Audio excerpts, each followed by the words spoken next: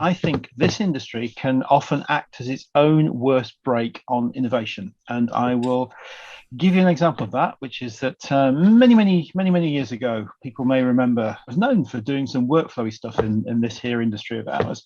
Much brake was applied by companies who, shall we say, made a bit of a living by recognizing that if you automated certain operations in, say, post-production, their job of going onto people's desktops on a daily basis and cleaning them up and moving stuff around would be redundant.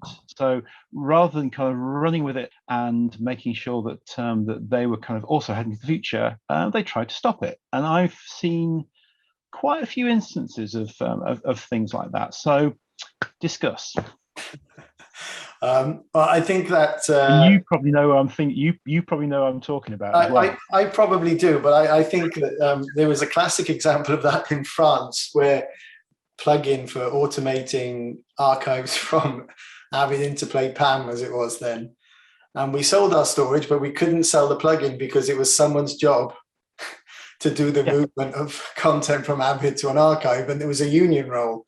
So, so that's a really hard sort of baked in example of a brake being applied to that person possibly going off and doing a job that's way more interesting than archiving Avid assets. Yeah, and joking aside, I genuinely do think it's actually been quite damaging to areas of the industry, because you look at we used to be elements of, say, that the prep and supply chain parts of the industry used to get a really decent living by operating which manual workflows on a relatively small set of assets. They never really got to the point of investing in automation till the point it was too late. And we've seen a lot of supply houses actually disappear from the landscape because they just weren't ready to cope with the change.